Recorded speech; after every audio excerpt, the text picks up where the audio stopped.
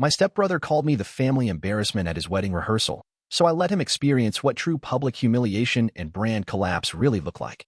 Now his marriage is on the rocks, his sponsors are gone, and his influencer image is shattered beyond repair. Weddings always make me uncomfortable, but this one was something else. Picture a beachfront resort in Cabo, complete with custom cocktails, barefoot violinists, and embroidered handkerchiefs for the guests. I stood there, one of 7 groomsmen in linen suits that cost more than my monthly rent, pretending like I belonged in a world I had only ever observed from a distance. My name is Nathan. I'm 31, a data systems architect based in Minneapolis. Quiet job, quiet life. I don't do Instagram reels or vacation vlogs. I don't even like being in photos. My stepbrother, on the other hand, practically lives in front of a camera. His name is Caleb, 33. He's a luxury travel blogger with millions of followers and a face people recognize in airports. The kind of guy who always knows where the light is best, who calls waiters by name and pretends it's humble when he's actually flaunting. Despite what the seating chart suggested, we've never been close. Our parents got married when I was 15 and Caleb was 17, both of us raw from our own family implosions. Mine was a slow-motion collapse of arguments and custody weekends. His was more scandalous. His dad walked out for someone younger, prettier, louder. When our moms fell into each other's grief and then into marriage, Caleb made one thing very clear. We were family, by law, not blood. I'd spent the next decade and a half as a guest in my own home, trying not to disrupt Caleb's curated world. When he went off to college, then Bali, then Monaco, I stayed back. Built a career in the shadows. Worked my way into a field where being invisible was an asset. He climbed mountains for the perfect drone shot. I wrote scripts that optimized data servers. Now, here we were, Caleb's wedding, staged like a magazine spread, and me, somehow roped into standing by his side. Everyone kept telling me how sweet it was that we were so close. A few of the bridesmaids even complimented our brotherly bond, mistaking forced proximity for affection. I smiled, nodded, and lied through my teeth. The photographer kept snapping us as if we were the stars of a touching blended family story. I played along because that's what I've always done. But beneath the polite smile, something was churning. Every glance Caleb shot me was still tinged with amusement, like I was a stray dog he had graciously allowed to sit at his table. He never said it, but he didn't have to. His entire demeanor screamed, "You're just a footnote." And for most of my life, I believed that. Until now. The rehearsal dinner was on a yacht. Not a boat. Not even a fancy ferry. A full-on, multi-deck, glass-railed yacht with catered sushi, champagne towers, and a live jazz trio that looked like they just stepped off a cologne commercial. I wore the same off-white shirt the stylist had steamed for me earlier that day, still wondering how I'd ended up here pretending I belonged. By the second hour, the speeches had started. Caleb's college roommate made a toast about their backpacking trip through Patagonia. One of the bride's sisters got teary talking about soulmates and Pinterest boards. I stood in the back near the bar, sipping a whiskey soda, mostly counting down the minutes until I could leave without looking rude. Then Caleb stood up, glass in hand. All right, he said, flashing his influencer smile. The room quieted like a switch had been flipped. Before I let the night get too sentimental, I've got one last toast. He turned toward the long table where I sat, just off to the side of the bride and groom. Every family's got a deadweight, he said, raising his glass. Ours just came dressed for free drinks. A beat of silence. Then laughter. Not the warm, everyone's anonic kind. The uneasy kind. Polite chuckles from people who didn't know if they were supposed to laugh or not. My father avoided eye contact. Caleb's mom, my stepmother, winced like she'd swallowed something sour. Even the groom's circle of polished friends looked briefly stunned. I forced a smile. That was always my move. Smile like it's funny, like I'm in on the joke. Like it doesn't cut deeper each time he reminds me I don't belong. I tapped my glass and raised it half an inch in mock salute. Most people looked away. Caleb just grinned and sat down like he'd dropped a mic. The rest of the night blurred. I don't remember what was served or who said what. Just that I nodded at the right times, laughed when people tried to smooth it over, and excused myself early with a fake call from work. Nobody stopped me. Nobody asked if I was all right. Back at the hotel, I sat in the room's beige glow and stared at my phone. No texts. No apologies. I thought about confronting him. Really confronting him. Telling him he crossed a line. But I already knew how that would go. Come on, man. It was banter, he'd say, waving it off like I was being too sensitive. It's just a joke. And it would end the way all our conversations ended, me walking away, and him still smirking. But something in me had shifted. That smile I faked? It was the last one. I wasn't going to yell. I wasn't going to cause a scene. I was just going to stop playing the part. He wanted me to be dead weight? Fine. He could find out what gravity really felt like. The morning of the wedding started like a marketing campaign. Caleb's penthouse suite at the resort was packed wall-to-wall with stylists, photographers, assistants, and hangers full of neutral-tone linen suits. Someone had set up a champagne and brunch bar in the corner, complete with monogrammed macarons and bottles of Veuve stacked in a pyramid. There were tripods and ring lights. Someone live-streamed Caleb getting his cufflinks adjusted. I stood near the balcony, nursing a coffee I didn't want, trying to stay out of everyone's way. Most people there didn't know who I was. The ones who did kept asking how it felt to be Caleb's brother. I just smiled, said the right words. But inside, I was quiet, focused. Caleb sat on a velvet stool in front of the mirror while his stylist dabbed at his jawline with powder. He was reading over his wedding speech on his phone, laughing to himself at his own jokes. "Hey," I said casually, walking over. "Is that the final version?" He handed it to me without looking. "Give it a read. Tell me what you think." I skimmed it. Smooth. Flowery. The usual influencer vocabulary. But then I saw it, a paragraph mocking the bride's family. A bit about her Texas roots and their adorably thick accents. A joke clearly aimed at her older cousins, who spoke with the slow drawl of Houston suburbs. "You sure you want to include this part?" I asked, keeping my tone light. Could rub people the wrong way. He blinked. "You think?" "I mean, it's your call," I said, handing it back. "But if they're sensitive about that kind of thing, it might land wrong. Especially on video." He nodded, thoughtful for a moment. "Yeah, maybe you're right. I'll tweak it." I gave him a quick thumbs up and walked back to the corner. That was the first crack. 15 minutes later, Caleb had stepped out to change. His phone was on the table, unlocked, screen still glowing from a story post. The suite was loud, hairdryers, camera clicks, people laughing. No one watching.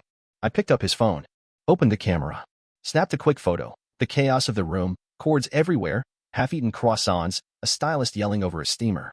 Then I opened Instagram, tapped, add to story, and typed. Divine chaos or ego meltdown? Posted it. Left it up for 4 seconds. Deleted it. Long enough. Within minutes, 2 notifications popped up on Caleb's lock screen. Screenshots sent in group chats. Names I vaguely remembered from college visits. One with laughing emojis. The other just said, "Oof." Perfect. I placed the phone back exactly where I found it. No one noticed. From across the room, I watched Caleb step back in, all smiles, fluffing his hair. He had no idea a fuse had already been lit. And the thing about curated perfection? It doesn't take much for the whole thing to unravel. Just a whisper, a flicker, a caption with a question mark. The rest? That part takes care of itself. Cocktail hour was set on a terrace overlooking the ocean. There were glass orbs hanging from palm trees, little name cards tucked into miniature conch shells, and a string quartet playing Coldplay like it was Mozart. Everything was so perfectly curated it made your teeth hurt. I stood near the edge of the crowd, sipping something pink and overpriced, watching it all unfold. Then it started. A man in a tailored navy suit, older, sharp, tilted the wedding program in his hand and raised an eyebrow. "Huh," he muttered, turning to the bride's father. "Is the groom's middle name really Blaine?" Her father took the program, blinked, then barked out a confused laugh. "Pretty sure it's Blaine," he said, looking toward the bar. The groom's name was printed in elegant script, Caleb Blame Carter. I'd watched the designer's assistant proof the programs that morning while the bride's team scrambled over floral arrangements. The typo wasn't mine, but I hadn't corrected it, either.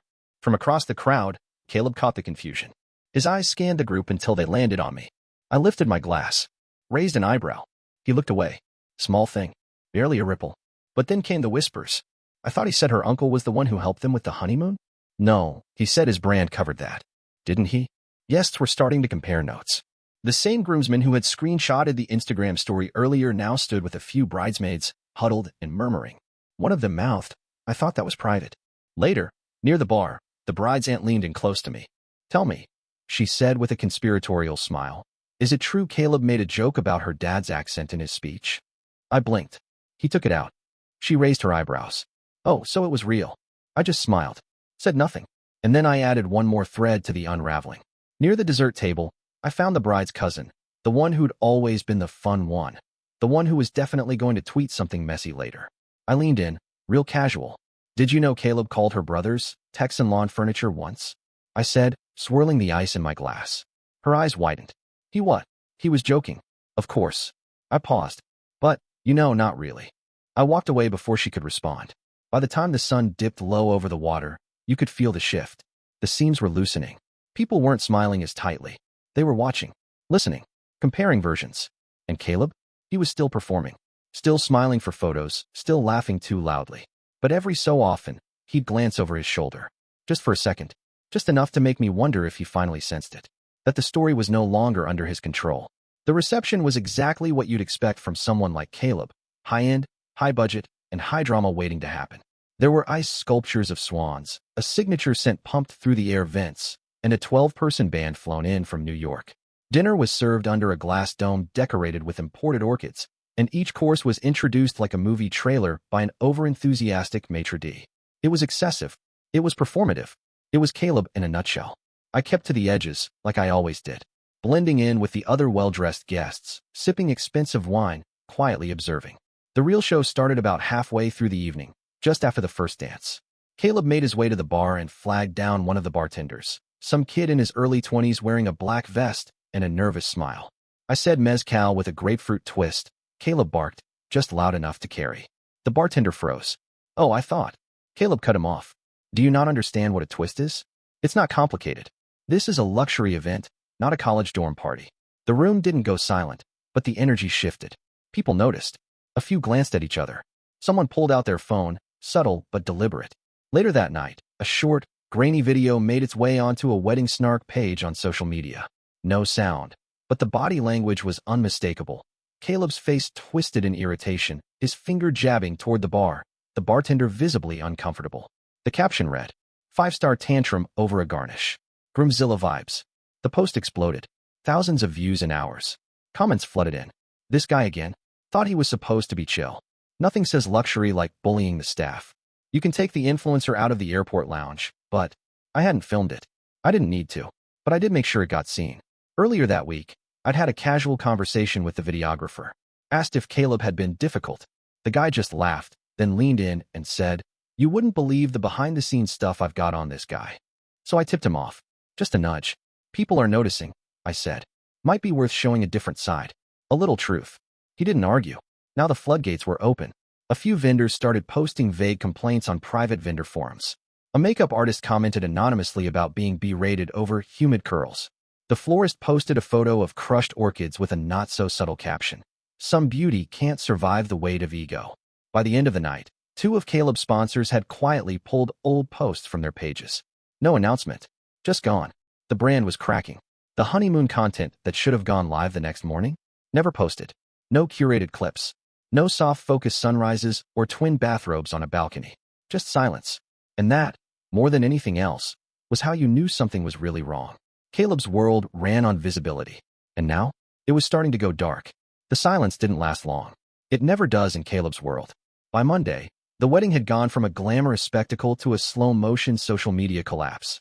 His Instagram page, once a daily flood of drone shots and sunset reels, went quiet.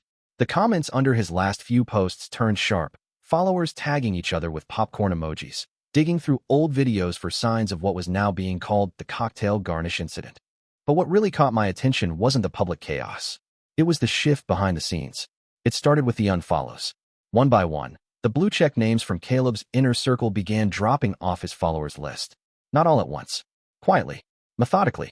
First a couple of other travel influencers, then a hotel chain executive he'd once bragged about mentoring, then one of the groomsmen, Grant, the one who always looked like he hated being in the group photos. I watched it unfold like watching dominoes fall in slow motion. Next came the stylist, a woman who had spent the entire wedding day glued to Caleb's side, adjusting his collar and powdering his forehead. She posted a cryptic Instagram story 2 days after the wedding, a flat lay of beige swatches with the caption, "Some clients love beige aesthetics and beige personalities." No names. But anyone who had been at that wedding? They knew. The bride's sister posted a comment under a honeymoon repost from a guest account, one that tried to paint the whole event as a dream. Her comment was short, just 7 words. "There's always more than one side of the aisle." That one got shared. Then came the group chat leak. Apparently, one of the groomsmen, probably Grant, shared screenshots from their wedding party chat with someone who had no business seeing them. The screenshots weren't scandalous by themselves, but they revealed tension. Arguments about the speech, about Caleb's meltdown at the bar, about a fake brand built on bullying. One groomsman accused another of tipping off the snark page. Another said, "If this blows up, don't blame me. I've been saying he's an asshole for years." The chat got leaked, then reshared, then dissected in comment sections. Caleb tried to get ahead of it with a story post, a black screen with white text reading, taking a break to focus on love and privacy. "Thanks for understanding." But even that got ratioed. People weren't buying it. Even the bride, his new husband, was starting to go quiet online. No tagged photos. No cutesy captions. Just silence. And in that silence, the image Caleb had spent years building began to buckle under its own weight. I didn't need to push anymore. I just watched as the people closest to him started doing what I had done years ago. They stopped pretending. They stopped protecting. They stopped showing up. That was always the thing about Caleb. His image depended on others playing along. And now? No one wanted to be in the frame. Caleb tried to salvage it. A week after the wedding, he posted a video titled Digital Detox for Peace and Perspective. It was shot in soft lighting, framed just so, with a mug that read gratitude visible in the corner of the screen. He wore a beige hoodie, no ring light glow this time, just natural light spilling through gauzy curtains. He spoke slowly, his voice gentle, like a therapist trying to calm a room. "I'm stepping back," he said, hands folded, "to focus on what really matters. Not likes, not metrics, just love and healing." I watched it twice, not because I believed him, but because I wanted to see if anyone else did. The comments were skeptical at best. "Didn't you post a flat lay of your prenup 6 hours after the wedding? Healing? You screamed at a bartender over a lime peel. Healing from what? Accountability?" That night, at 2:17 a.m., he liked a vendor's post tagging him in a behind-the-scenes photo.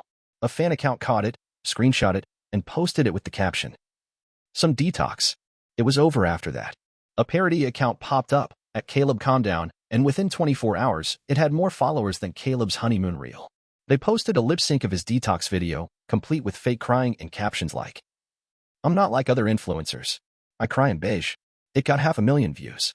Wedding review sites started filling up with anonymous entries that were clearly from vendors and guests. One called the event a branding exercise with vows. Another detailed how Caleb had changed the seating chart data because he didn't like the symmetry. Then came the one that broke him. A full, paragraph-by-paragraph takedown of the wedding speech, line by line, pointing out all the passive-aggressive jokes, the half-truths, the subtle digs at the bride's family, and the overuse of the phrase, "my journey." It ended with, "If narcissism could be catered, this wedding was the buffet." By then, his management team had started pulling back. Sponsorships quietly ended. His name disappeared from upcoming campaigns. One luxury resort even edited him out of a promo reel that had featured a shot of him meditating by the infinity pool. He tried rebranding. New handle. New color scheme. A video of him in sweatpants, sitting on the floor of a minimally furnished room, talking about stripping back the filters. But the tone was all wrong. Too rehearsed. Too late. People didn't see vulnerability. They saw a failed influencer trying to pivot into empathy like it was a business plan. And empathy doesn't come with an affiliate link. His comments were flooded with clown emojis, beige paint samples, and the same quote posted over and over. "Every family's got a deadweight." He never deleted the wedding posts. Not yet. Maybe he thought he could still spin it. But the world had moved on. And Caleb? Caleb was finally experiencing what it was like to be invisible. It started with something small. The groom's, well, Caleb's husband stopped tagging him in photos. At first, I thought it might just be part of the digital detox they'd been pushing. But then the honeymoon content, the heavily teased South Africa meets Santorini cross-continent experience, never materialized. No drone footage of private villas. No sunrise yoga with giraffes in the distance. Just nothing. I checked the groom's page. Matthias, his name was. A real estate consultant from Toronto with a tight smile and a weak spot for deep captions about love and growth. He'd been in the background for most of Caleb's spotlight. Now, the spotlight was gone, and so was his patience. First, the honeymoon highlights were delayed. Then the comments got limited. And then Matthias started archiving photos. Not all at once. Just a few. The wedding ones. Then the engagement post. Then that awkward, "we said yes in Iceland," video that had been pinned to the top of his profile for months. It was quiet, but it was intentional. Then came the podcast. A mid-sized gossip podcast, petty and polished, dropped an episode called Destination Disasters, Behind the Glam. The teaser clip featured distorted audio and robotic voice filters, but anyone who had been at the wedding knew what was being said. It opened with, "When you scream at the waitstaff for being visible in your drone shots, maybe don't be surprised when Karma does a collab." Then came the group chat screenshots. The same ones that had already been floating around in pieces, but this time, paired with commentary, jokes, and a few additional details. Vendor complaints. Stories about being micromanaged to the point of madness. Anonymous quotes from a hotel manager calling the wedding an ego parade in linen. Someone sent in clips, 2 short ones. Caleb snapping at an assistant. Caleb rehearsing his vows and yelling again, like it was a film set. Caleb telling Matthias, offhandedly, "You'll get used to this level of attention." That clip got replayed. A lot. The podcast episode went viral on wedding TikTok. Matthias didn't respond, not publicly. But a week later, someone posted a blurry photo of him moving into a friend's guest house. No Caleb in sight. No ring. The caption just said, "Temporary, but peaceful. I sent in a few clips too, anonymously. Nothing explosive. Just moments. Ones I knew would add texture to the unraveling. The kind of footage where Caleb's face was just a little too smug. Where his voice didn't match his words. Where the truth slipped through in tone, not content. Vendors started canceling collabs. The videographer didn't finish the highlight reel. The honeymoon brand deal fell through. And Matthias? He stopped mentioning Caleb altogether. In a way, it was sad. I'm not heartless. I don't take pleasure in watching a marriage fall apart. But I couldn't ignore the irony either. Caleb had built a life on aesthetics, on carefully staged intimacy, curated connection. But real relationships? They don't survive under ring lights. It was late on a Sunday when he finally called. I was in my new apartment, halfway through a documentary I wasn't really watching, when the screen lit up with his name, Caleb. I let it ring out. Then it rang again. And again. By the fourth time, I answered. He didn't even say hello. Nathan, he said, his voice already cracking. What's happening to me? I didn't speak. I don't know what I did, he said. People are turning on me. Sponsors, they're pulling out. Matthias isn't answering. My agent said to lay low for a while. Everyone's just gone. He was crying now. Real, ugly sobs. The kind he never would have allowed himself to post. I don't know why this is happening, he said again. I waited a beat. Then, calmly, I said, you called me a deadweight. He went silent. You stood on a yacht, I continued, in front of over 100 people, and you humiliated me. Laughed while I pretended to smile. You said I only showed up for free drinks. That was a joke, he whispered. No, it was your truth. You just didn't expect gravity to answer. He choked out a breath, like I'd punched him. I'm sorry, he said. I swear, I didn't think it would. You never thought, I cut in. You just assumed that everyone would always play along. That no one would remember the things you said when the cameras weren't rolling. I didn't mean to hurt you, but you did. There was a long pause. Then a quiet, broken whisper. What do I do? I didn't answer. 2 days later, he locked down his profile. Archived hundreds of posts. Changed his bio to just a dot. His follower count started dropping by the thousands. His last story was a black and white shot of his reflection in a dark window. No caption. He tried rebranding. New account. New name. Caleb C. Short for nothing. No locations. Just vague phrases about starting fresh. His first video showed him in sweats, on the floor, hair a mess. He cried halfway through. The comments were brutal. Imagine being your own villain and still trying to sell healing. Bro, go heal in private. From yacht to floor in under 2 weeks. Record timing.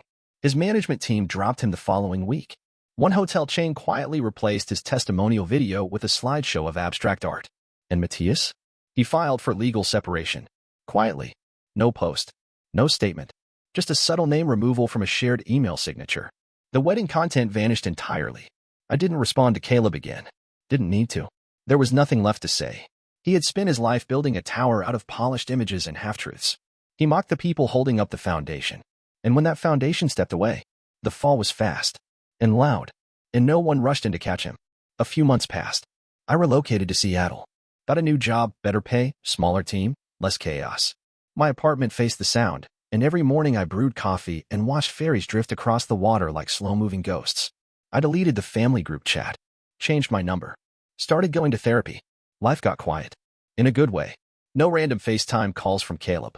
No passive-aggressive text from my dad asking why I wasn't more involved. No photos of beige charcuterie boards sent as humble brags disguised as updates. Just silence. Then, one Thursday, a letter showed up. Handwritten. No return address. The handwriting was careful, like someone who hadn't written much by hand in years. It was from Caleb. It started awkward. He didn't know how to begin. Said that much in the first line. Then he apologized. Not for everything, but for enough. He admitted he'd treated me like a footnote. Said he'd always seen me as the quiet one, the background guy, the person he could count on to never outshine him. He said he was jealous of my stability, of how I didn't need attention to feel whole. He called it insecurity. Called it cruelty. Said he didn't expect forgiveness, but he needed to say it anyway. I read it twice. Then I left it on the kitchen counter for a week. Eventually, I wrote back. I kept it short. Acknowledged the apology. Told him I didn't hate him. That I understood where some of it came from. I didn't say I forgave him, because I wasn't sure I did, but I let him know I wasn't holding on to it anymore. I ended the letter with a line that surprised even me. The real embarrassment isn't failure. It's forgetting your humanity in pursuit of perfection. It was a twist on the toast he'd made at the rehearsal dinner. The one that started it all. He had called me the deadweight. But in the end, he was the one dragged down by what he built. And I was the one who walked away. When I dropped the letter into the mailbox, I didn't feel triumphant. Just light. There were no fireworks. No dramatic final scene. Just a man, in a new city, watching the sky turn orange over the sound, breathing air that finally felt his own. And that was enough.